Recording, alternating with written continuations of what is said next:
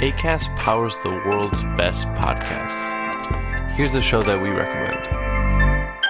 I'm Jessie Cruikshank, and I've always been told I have a face for podcasting. So I launched a podcast. It's called Phone a Friend because each week I'll break down the biggest stories in pop culture. But when I have questions, I get to phone a friend. I'll phone a royal watcher to find out why Prince Harry is acting like a real housewife. I'll phone a tween to please explain Euphoria. And maybe I'll even phone a Backstreet Boy to find out if I still have a chance. I don't? Okay. New episodes drop every Thursday wherever you get your podcasts. Acast helps creators launch, grow, and monetize their podcasts everywhere. Acast.com. Hi, it's Dave here. This is my wife, Kathy. Hello. This is the Cinemile, the podcast where we walk home from the movies. And we haven't done that in quite some time. It's been a while, so big apologies, everybody. I think the last time we did this was The Batman, which was probably more than a month ago. I would say quite some time ago. This is what happens when you're an independent podcast. And sometimes life gets in the way, and we have in fact just been moving homes and moving countries. Yeah, so we now live in Cork, Ireland, back where we're from. So we have left the Great Britain. So we had to hand back in our British podcast award. Yes, they took it off us. To the Queen, as is customary. So Yeah. she removed our knighthoods as well, unfortunately. So we'll have to remove it from the bio. Yeah. But yeah, we're officially an Irish podcast now. Hello, all our Irish listeners. We're a bit closer to you. We have successfully moved home, and we've almost unpacked all of our boxes, and we now have very regular access to babysitters. Yeah, so that's the good news. Granny Linda lives very nearby, and so does Nana Mary, who has never made her debut on this podcast. And that means, we are going to hopefully get back to a bit more regularity, because it's been a rough sort of few years for the Cinemile. What with the cinemas shutting and our lives being very difficult with two young kids get to the cinema easily. Onwards and upwards. So I feel like we are. Someone in a messaged good recently that the last time we'd done an episode so long ago that it was probably like when Titanic had come out. What we could have done, what some people do, is repackage things as new seasons, but the Cinemile has no seasons. It's just infinite ending of us going to the movies. Yeah, so you're anyway, stuck with us for life, guys. Here we go. We are going to see, what's it called again? It's called, I cannot remember, I can never remember the name of this movie. It's I think it's The Unbearable Weight of Massive Talent. I'm so excited for this movie. But I've nothing in front of me. This is, have you seen the trailer for this? I haven't seen the trailer. I haven't seen anything, but Dave told me the premise, which is that Nick Cage plays himself. Yeah. But it's kind of fictional. And, well, it is fiction, but he is playing Nicolas Cage, the actor. And as far as I know, he gets brought to the island of in a character played by Pedro Pascal, who is the biggest Nicolas Cage fan ever, and also like a billionaire. Right. And then okay, don't tell me any more plots. And then hijinks ensue, I believe. I think this is like an action comedy, as far as I can tell, from the half comedy. of the trailer I watched. Action comedy. Love Nick Cage. Love Pedro Pascal. I only watched half the trailer because I don't like to watch trailers for movies I'm going to see, because they're just they're just like spoilers. And we're going to the Gate Cinema, which anyone who's from Cork knows is an iconic cinema in Cork. They do the best popcorn. We're thrilled. It's our first official Cinemile, but it's also our first cinema trip since we moved home. We've done podcasts from Ireland in the past, but like never as people who lived in Ireland, so there's like a real buzz about this for us. We're thrilled. It's not quite true. I took the boys to The Bad Guys the other day. Was it good? Quick review? You want a quick review of The Bad Guys? Why not? Yeah, The Bad Guys is a DreamWorks animated type vibe, with a load of sort of anthropomorphic animals that are villains. They're the bad guys, and then they sort of go straight. And it's basically a heist movie. It's a series of they're criminals. So it's a heist movie. Was it good? With animated characters. I had a good time. Can confirm both 2 and 4 year olds they told me they enjoyed it. Sat through the whole thing, and it was full of jokes. I mean, it's not like. It's good DreamWorks fare, right? You know, it's not up to the crazy Disney. But if you Pixar say standards. a 2-year-old and a 4-year-old sat through it, that is money to a lot of people's ears. I tell you all right now, fellas, bring your kids to this movie and you'll have a right romp. Okay, I'm getting but very anyway, Irish here. We're going to The Unbearable Weight of Massive Talent, which is a fantastic name for a movie, and we'll see you on the other side. Yes. Bye-bye. God, this place is stunning. What is your favorite movie? That's one of those questions that's impossible to answer. You can't just limit it to one. Imagine me and you, I do. Is it too much? Is this supposed to be me? It's grotesque. I'll give you 20,000 for it. I can't see me loving nobody but you for all my life. I didn't know that was a cliff. We could have died. I'm in position. I think that's the actor Nick Cage. Nick Cage, I love you. Have you seen Crudes 2? I'm 44 years old. Why the fuck would I see Crudes 2? I've seen Face Off and Con Air. What do you guys want? We're with Central Intelligence. Do you know who you're spending time with? One of the most ruthless men on the face of this planet. I need you to help the U.S. government. Let's kill this. Find a way into that room, Nick. I can see myself doing more of this stuff. I think I might have a real gift for it. Good, because we got another mission for you. No. Hi, we're back. We've seen the unbearable weight of massive talent. If it's your first time at the Cinemile, hello. Hello. Welcome. This is the bit where we don't spoil the movie. Yeah, we won't spoil it. Then, luckily, our new house is about a 10-minute walk from Spoiler Street. Every city has a Spoiler Street. Yeah. So we will be turning onto Spoiler Street in about 10 minutes and you will be sufficiently warned. Yeah. But until that moment, Kathy, tell the people what they want to hear. What do they want to hear? What I think they're here to talk about the unbearable weight of massive talent starring Nicolas Cage. I think this is a perfect Saturday night movie. Yeah. Which is what it is here for us. Me too. How much fun was that? We had a blast. We, by the way, unintentional research for this movie. We did a bit of a Nick Cage season in our house during the first lockdown because my sister Elizabeth, who's a lot younger than me, lived with us in the first lockdown, and she is afraid of Nick Cage, but also hadn't seen her words. She's afraid of him, and she also hadn't seen many of his movies. So we thought she should get a bit of an education. So we watched The Rock. Face Off. We watched The Rock.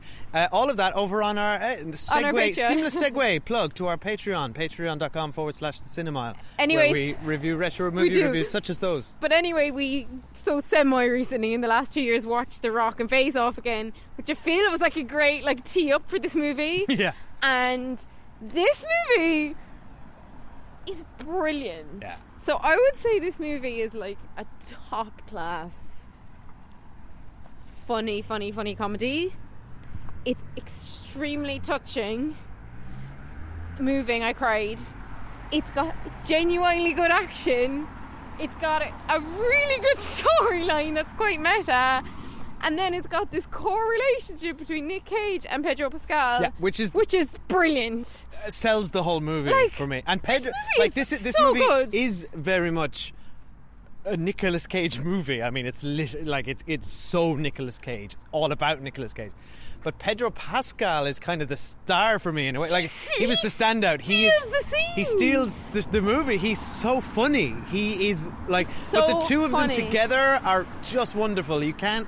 It is a buddy. It's a buddy comedy and it's a bromance story. They have chemistry. Such wonderful chemistry. And I was impressed. I don't think I've ever seen Pedro Pascal in a comedy role. And funnily enough, he is one of the unfortunate stars of a movie, the Judd Apatow movie, The Bubble, which is getting pounded by the critics. Now, we haven't seen it, so we'll reserve judgment.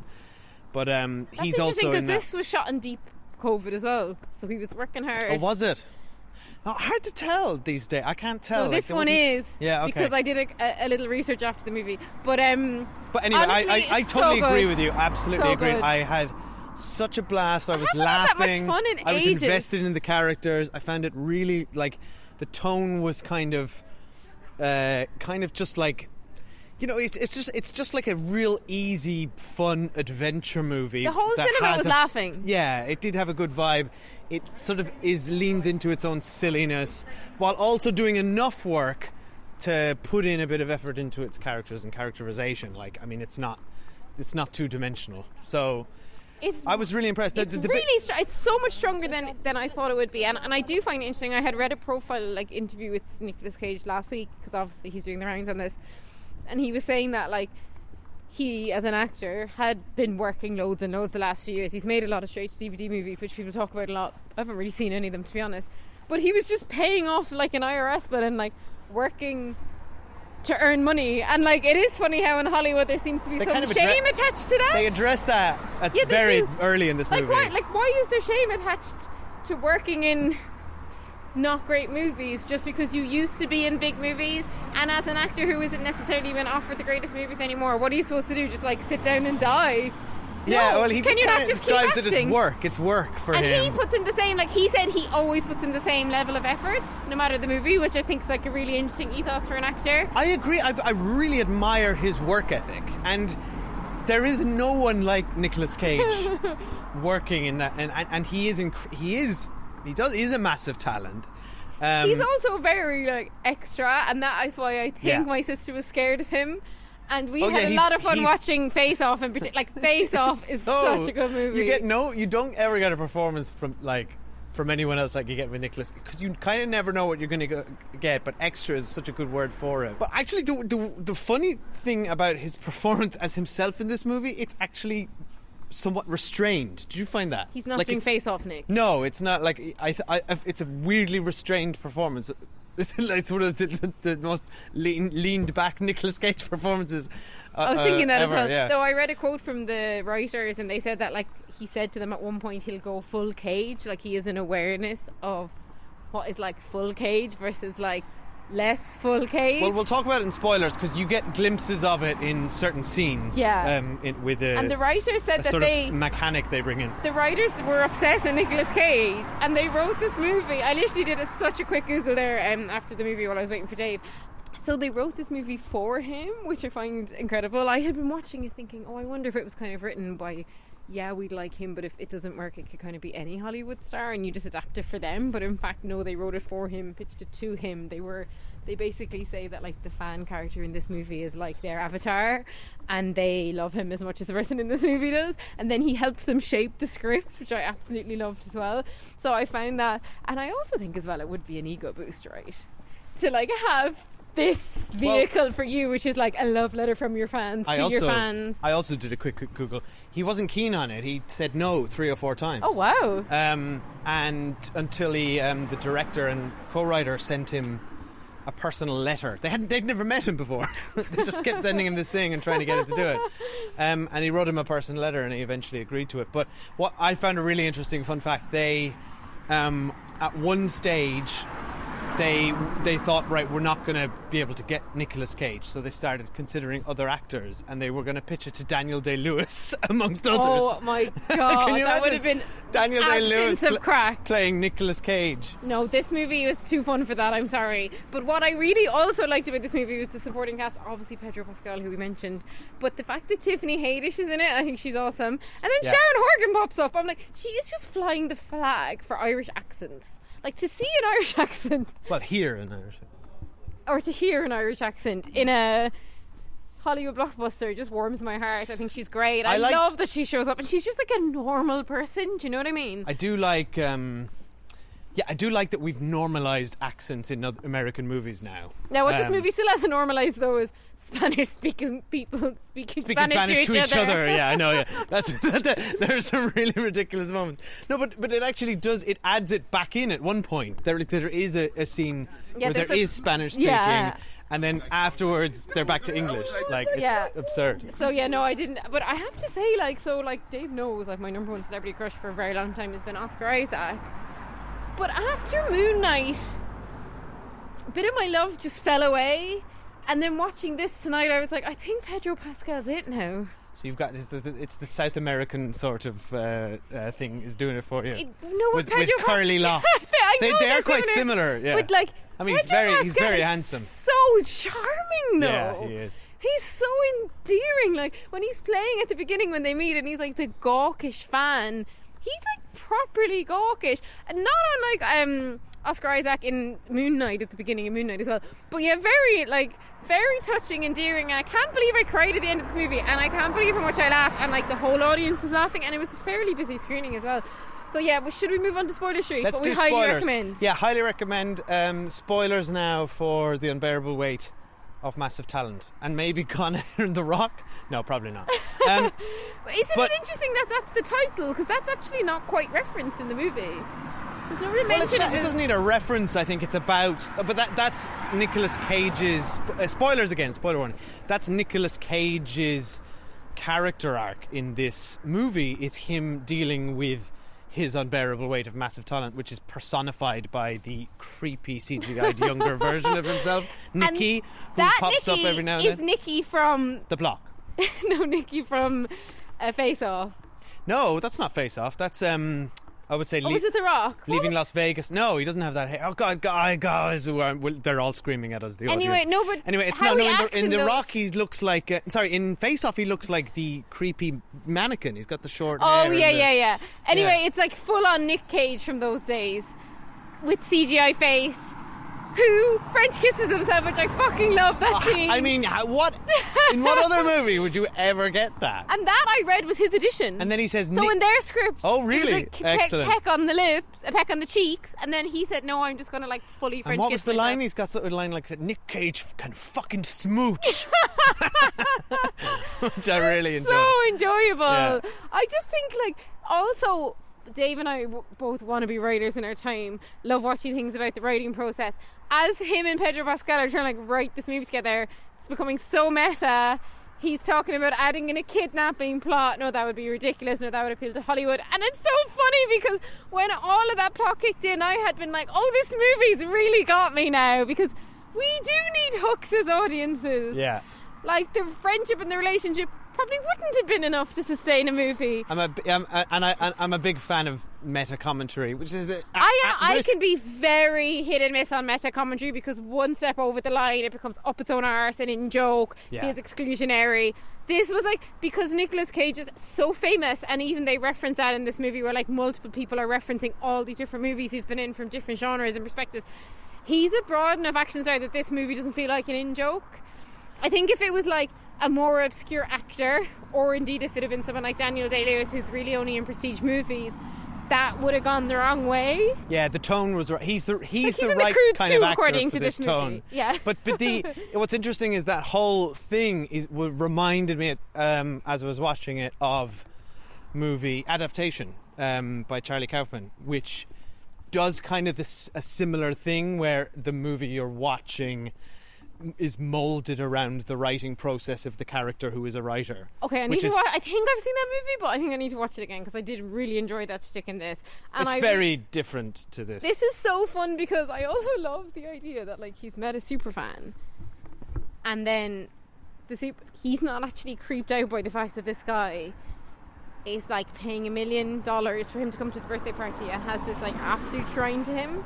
And I think that is a really interesting commentary on his ego. Yes, because exactly. if that happened to me, I mean, I'd take the $1 million, but I'd be running for the fucking hills. Well, the on that room. The closest thing it reminds me to is that brilliant Alan Partridge episode where he's in the countryside with that guy who is the world's biggest Alan Partridge fan, and he walks into a room just like that, but it is as creepy as you would expect, and Alan is terrified. Whereas this one, Nicolas Cage is actually like really into it. No, you're right. And I love when he goes, he's got the mannequin and the two guns from Face Off, and he goes, how much did you pay for this? And Pedro Pascal's like $6,000, and he's like, I'll pay $20,000. Yeah, and then Pedro Pascal's like, it's not for sale, Nicolas Cage. Like their interactions and kind of how formal Pedro Pascal is like as a fan. Yeah, he calls him Mr. Cage. And then I really enjoyed the scene where they were like jumping over the wall together. Like it was just fun. That scene was so funny to me. I just really enjoyed this, and then I loved the end. I thought the ending was really perfect, the way kind of flipped into the movie. They're making the movie together. Pedro Pascal seems to have gotten away with being someone who may not have been directly doing the bad crime stuff, but was certainly profiting from the bad crime stuff. Well, here's the thing: he probably did a deal and flipped on everybody to help the prosecution, right? I mean, maybe. As an aside, I thought his cousin was a fantastic bad guy. Really enjoyed his performance. Yeah, thought he was great. Bit of a classic over-the-top villain, but yeah. But in a fun way. But I really enjoyed the way the ending was. The film very successful. Not quite sure would have gotten that standing ovation. Fine. And then the way he's like Vanity Fair won an exclusive, and Nicolas Cage is like, no, and he goes home with his ex-wife and his daughter, and they sit on the living room floor and together watch Paddington 2, and which I was is bawling. By the way, quick side note, you might remember. Did you do a review of Paddington 2 on this podcast by yourself, or did you just watch it? I did it with my friend Anna. You did it with your friend, and you didn't like it. And I didn't like it as much as the first one. And then I finally watched it and loved it, and I could not understand where you were at. So you need to revisit Paddington 2 because it is amazing. I will revisit it.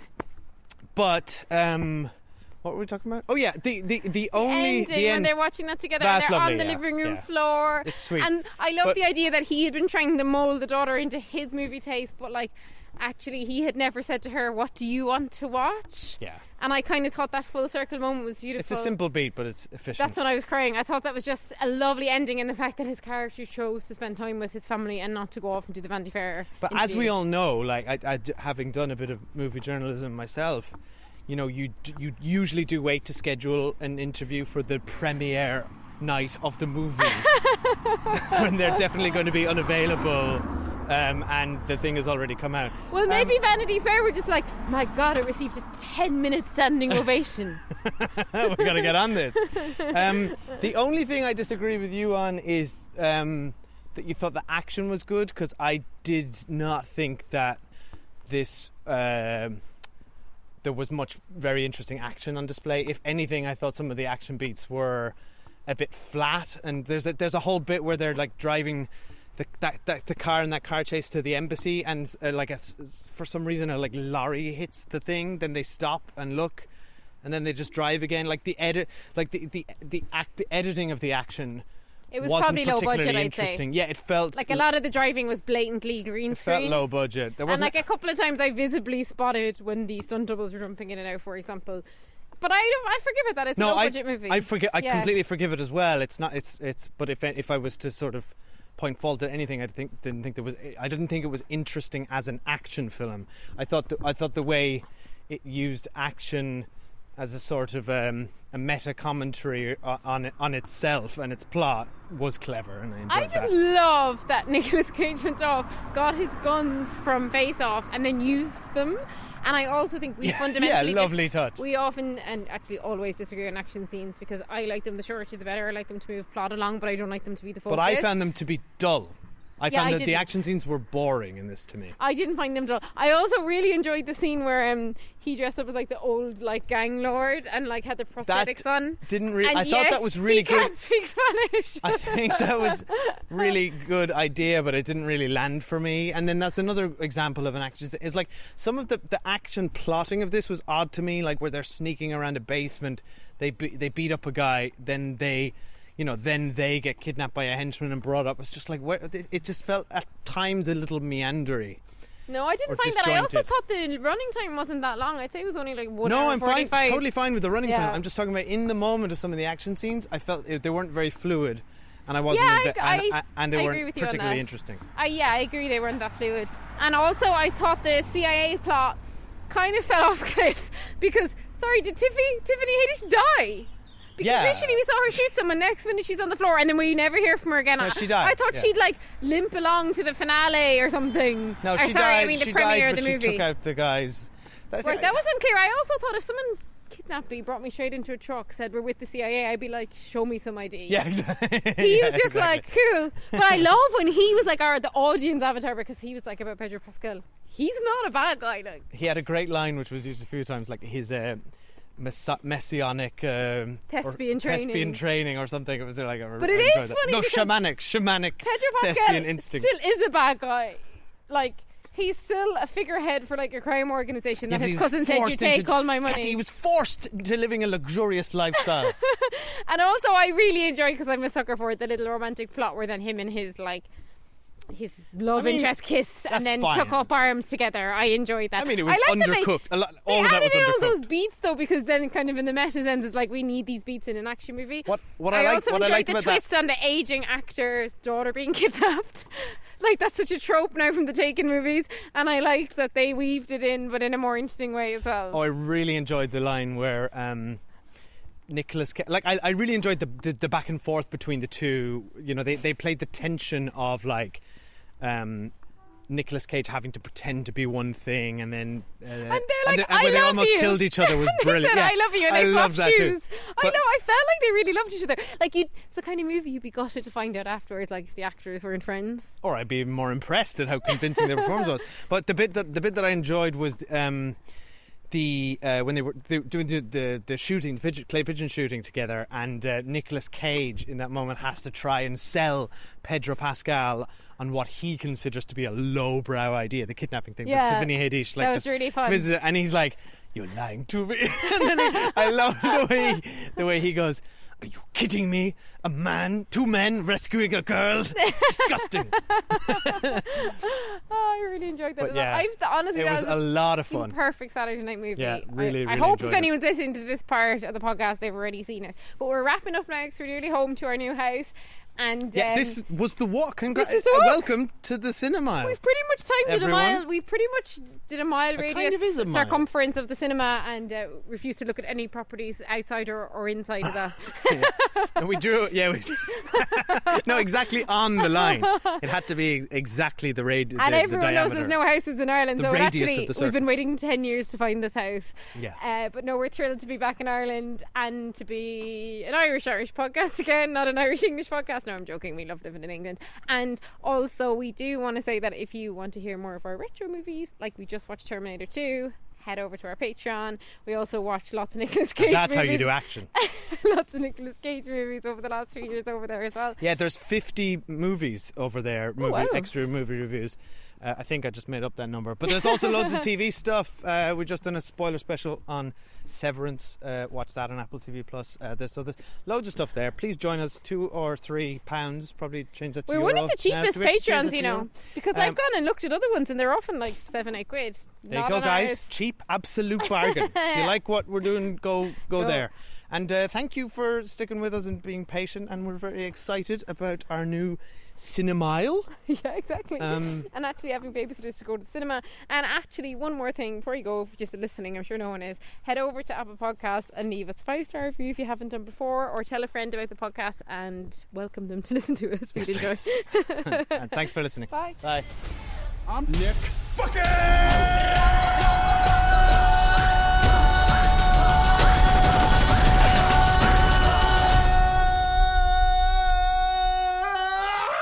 Whoa, Cage!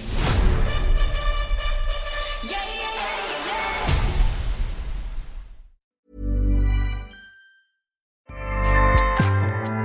Acast powers the world's best podcasts. Here's a show that we recommend.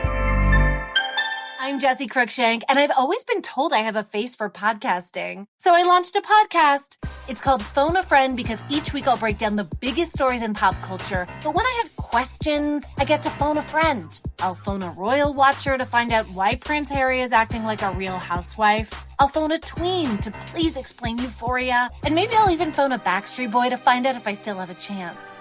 I don't? Okay. New episodes drop every Thursday wherever you get your podcasts. Acast helps creators launch, grow, and monetize their podcasts everywhere. Acast.com.